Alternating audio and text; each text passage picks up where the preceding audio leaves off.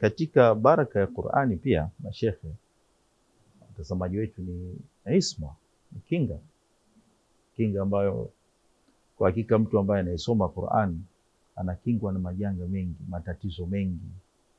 Kuna sura maalum tumetakiwa tuzisome kila siku asubuhi, jioni, kama zile muawidhat, qul a'udhu birabbin nas, qul a'udhu birabbil falaq na ayat kursi, qul huwallahu. Suratul Fatiha ina nafasi kubwa sana, ni ruqya kubwa, inaambiwa kwamba Suratul Fatiha.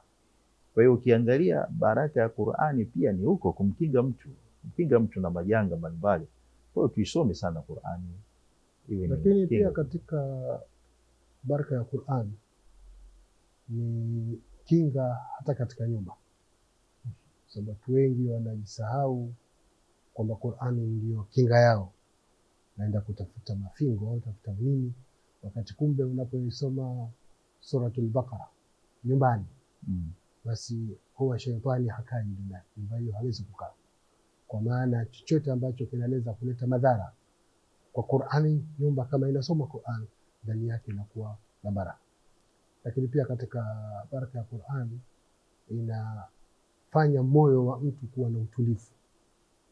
Yani mimi mwenyewe binafsi nimekuta katika na mawazo, ukishika Qur'ani ukisoma, hali inabadilika mara moja, kuonyesha Qur'ani na baraka, lakini pia inaongoza katika njia iliyo sawa sawa, kama vile Mwenyezi Mungu, inna hadha al-Qur'ana yahdi lillati hiya aqwam.